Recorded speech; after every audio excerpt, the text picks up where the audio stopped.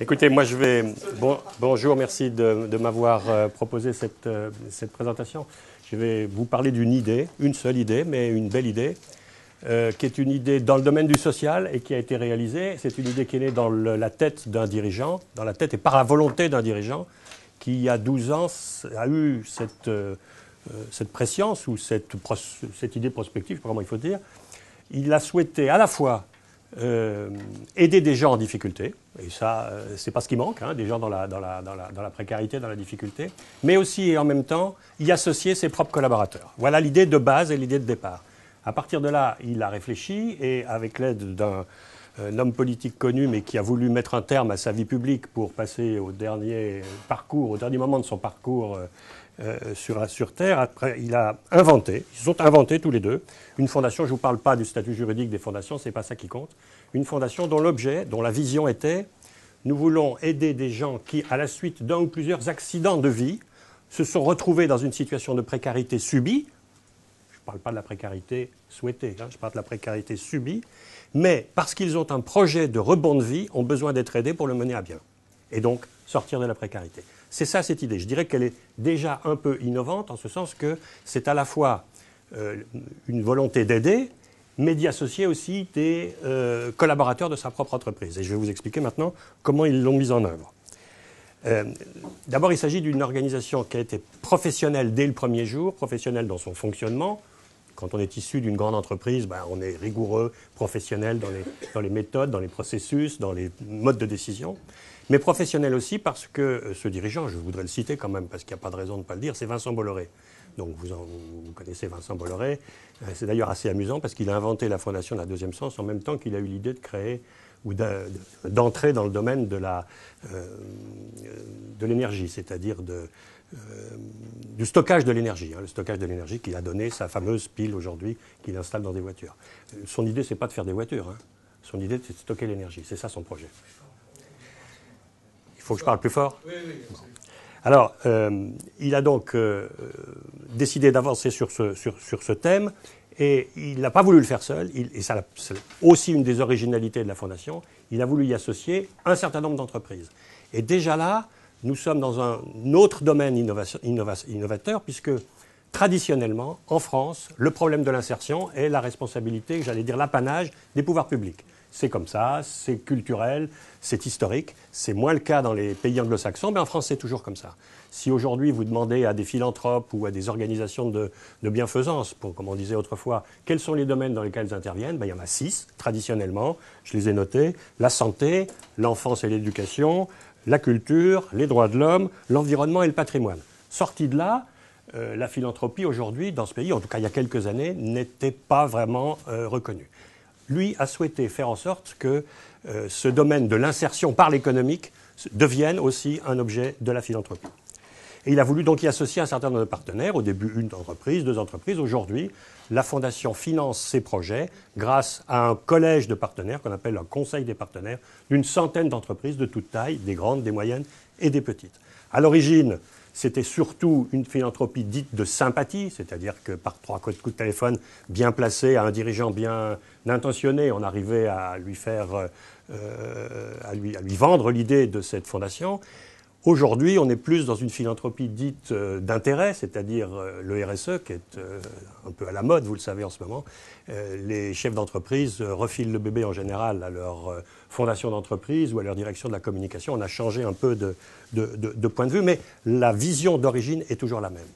Et deuxième caractéristique de la fondation, elle est décentralisée. À l'évidence, quand on a un porteur de projet qui habite Mont-de-Marsan ou qui habite Forbach, vous ne le faites pas venir à Paris pour vous expliquer comment ça marche. Et donc, la deuxième originalité de la Fondation a été de créer un réseau de sites relais. Et comme la Fondation n'a pas d'argent, on est intelligent seulement quand on n'a pas d'argent. Quand on est riche, on est moins intelligent. Eh bien, parce que nous n'avions pas d'argent, nous avons hébergé ou fait héberger nos sites relais par nos entreprises partenaires. Donc, par exemple, le groupe La Poste, qui est un de nos partenaires, nous offre la possibilité d'avoir 2 ou 3 sites relais en province dans les locaux de La Poste. C'est eux qui nous offrent cette prestation.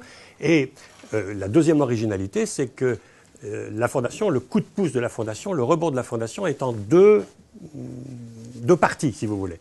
Vous pouvez aider quelqu'un en lui donnant de l'argent, et vous pouvez aider quelqu'un en l'aidant à réussir son projet. Ben nous, la Fondation, on a proposé de faire les deux à la fois. C'est-à-dire que non seulement nous faisons un coup de pouce financier, ça c'est du one-shot, avec un certain nombre de procédures, de process relativement professionnels, mais en plus, nous mettons à sa disposition pendant 1 an, 2 ans, 3 ans, selon le type et la nature du projet qu'il mène, des accompagnateurs, qu'on appelle des parrains ou des marraines, qui sont, et ça c'est aussi quelque chose d'intéressant, mais je vous rattache à ce que j'ai dit tout à l'heure, l'origine de la vision, c'est d'intéresser les collaborateurs des entreprises partenaires, qui sont des salariés ou des retraités de l'entreprise. Donc, par exemple, le groupe La Poste, pour ne garder que celui-ci, à Poitiers, qui nous propose de nous héberger, l'un des collaborateurs de La Poste, qui est un salarié, qui a un job, qui travaille, qui, j'espère, fait bien son boulot, sa hiérarchie l'autorise, dans le cadre de son travail, à passer 1 heure, 2 heures, 3 heures par semaine à s'occuper de la Fondation, à recevoir les porteurs de projets qui ont un projet auprès de lui, et d'organiser autour de lui un réseau de bénévoles, salariés de l'entreprise, retraités de l'entreprise ou des bénévoles indépendants, ces bénévoles étant d'abord instructeurs des projets et ensuite éventuellement parrains et marraines. Et par ce biais-là, nous avons un dispositif au centre qui est extrêmement réduit, une dizaine de personnes, mais 1200 à 1500 bénévoles actifs. Et autre originalité, on parlait tout à l'heure d'organisation, je peux vous dire que gérer une organisation où il y a des salariés et des bénévoles ensemble, c'est pas facile. Les bénévoles, ça ne se gère pas comme des salariés. Alors c'est un autre sujet, je reviendrai pour parler de ça une autre fois, mais c'est aussi très amusant. Et puis c'est une organisation qui est collégiale, et c'est un autre point fort de la Fondation. Le président Vincent Bolloré a voulu que dès le début, la Fondation soit une preuve, une démonstration qu'il puisse y avoir dans le monde de la philanthropie par l'insertion également un partenariat entre la puissance publique, qui, je vous le rappelle, en avait l'apanage jusque-là, et le privé. C'est-à-dire qu'il ne les a pas opposés l'un contre l'autre en disant « la puissance publique est défaillante, vous allez voir ce que vous allez voir, nous allons faire ça dans le privé ». Dès le début, il a voulu associer les deux. Et cette association se fait à tous les niveaux. Au niveau de l'instruction des dossiers, l'instruction des dossiers est menée par un binôme qui regroupe à la fois les fameux bénévoles des entreprises dont je vous ai parlé tout à l'heure et éventuellement des représentants de Pôle emploi, des missions locales, des plis, bref, de toutes les organisations locales qui sont par métier, par profession, par institution, chargées justement d'aider les gens à monter des projets. Donc déjà un premier partenariat. Partenariat aussi au niveau de la décision, puisque la décision est prise au sein d'un comité d'agrément. Il y en a 5 en province, une à Paris. Ces comités d'agrément regroupent des personnes du privé et du public. Il s'agit donc, encore une fois, pas de les opposer. Partenariat aussi au niveau du bénévolat, je vous ai dit cette mixité. Et enfin, les parrainages, puisque les couples de parrains, c'est toujours un couple. Hein. Quand vous accompagnez une personne en difficulté, il faut toujours mettre 2 personnes. 2 personnes qui se complètent, un homme, une femme, un vieux, un jeune, quelqu'un du privé, quelqu'un du public, quelqu'un de l'économique, quelqu'un du social. Si vous n'en mettez qu'une, le risque, vous le savez, c'est que la précarité est quelque chose d'assez prégnant et vous risquez de créer non pas de l'empathie, mais de la sympathie, auquel cas vous perdez votre self-judgment. C'est-à-dire que vous perdez votre capacité à donner un conseil neutre, impartial, éclairé, parce que tout simplement vous êtes pris dans l'engrenage. Donc toujours 2 personnes, au moins. S'il y en a 3, c'est encore mieux. Donc, vous voyez, je viens déjà de décrire là 3 ou 4 éléments que nous considérons, que je pense on peut considérer comme étant des éléments d'innovation dans le domaine du social. Juste 2 exemples, parce que je pense que c'est encore plus éclairant. Je n'ai pas amené de slide, mais je vais juste vous les donner. Un exemple en matière de création d'entreprise. Rokhaya est une jeune femme de 42 ans qui est venue un jour nous voir. Elle est célibataire, elle n'a pas d'enfant, elle est d'origine africaine, comme vous l'avez compris. Elle a des revenus qui sont liés à une allocation adulte handicapé parce qu'elle a subi un handicap lourd. Elle a eu une polynéphrite. Vous savez ce que c'est qu'une polynéphrite, hein? C'est une attaque du système nerveux qui fait que vous avez des mouvements qui sont un peu erratiques. Elle est reconnue travailleur handicapé, d'où ses revenus. Elle gagne 600 € par mois, cette jeune femme. Donc, autrement dit, elle ne peut pas vivre. Elle habite Paris. Enfin, elle espère habiter Paris. Et elle vient nous voir avec un projet de produits cosmétiques bio et naturels, d'origine africaine. Vous savez qu'il y a un marché là-dessus. Ce projet, elle n'arrive pas à le monter. Pourquoi ? Parce qu'il faut d'abord louer un pas de porte, louer une boutique pour s'y installer, pour vendre ses produits. Les produits, elle sait où les trouver, elle sait où les importer, mais il lui faut une boutique. Elle n'a pas les moyens, il lui faut, cette jeune femme, pour l'ensemble de son projet, 23 000 euros. Beaucoup, 23 000 euros déjà. Mais il s'agit d'une installation à Paris. Elle a obtenu un cofinancement de la GFIP. La GFIP, vous savez ce que c'est? C'est l'organisme auquel cotisent l'ensemble des entreprises et qui aide les personnes handicapées à se réinsérer. Avec 5 000 euros, elle a obtenu un cofinancement, donc je vous l'ai dit, de la GFIP de 5 000 euros. Elle a 10 000 euros de réserve qu'elle a pu avoir à droite et à gauche dans sa famille. Il lui manque un peu d'argent. Eh bien, nous lui avons proposé 4 000 euros. Avec 4 000 euros, elle a finalisé son tour de table, si je peux dire. Son tour de table, vous l'êtes toute seule, mais elle a finalisé son projet. Aujourd'hui, sa boutique existe, son site internet existe. Elle en vit, elle a embauché 2 personnes. C'était il y a 2 ans. Voilà un exemple pour une création. Il peut y avoir aussi des exemples pour une formation. Il y a des gens pour lesquels une formation peut simplement être une inflexion telle dans leur vie qui leur permet de rebondir. Un exemple là, Philippe a 57 ans, il a un enfant de 30 ans qui habite chez lui mais qui est handicapé, il a des revenus mensuels de 840 euros pour vivre, il habite en région parisienne, il a un niveau de formation CAP, il a 14 ans d'expérience dans la sécurité, mais à la suite du décès de son épouse, il démissionne, il perd son logement, il est SDF à Paris, il est logé en hôtel social, il a une difficulté d'exercer son ancien métier en raison de son âge, puisque je vous ai dit qu'il avait 57 ans. Plus personne ne veut l'aider à 57 ans, un homme seul, vous voyez ce que ça peut être. Mais il souhaite se reconvertir dans ce qu'il sait faire, c'est-à-dire la formation, et non pas l'exercice de son métier ancien, mais la formation à son métier ancien, formation à la sécurité incendie. Malheureusement, il existe une formation à Paris qui coûte 3 600 euros. Je vous laisse imaginer qu'il n'a pas 3 600 euros.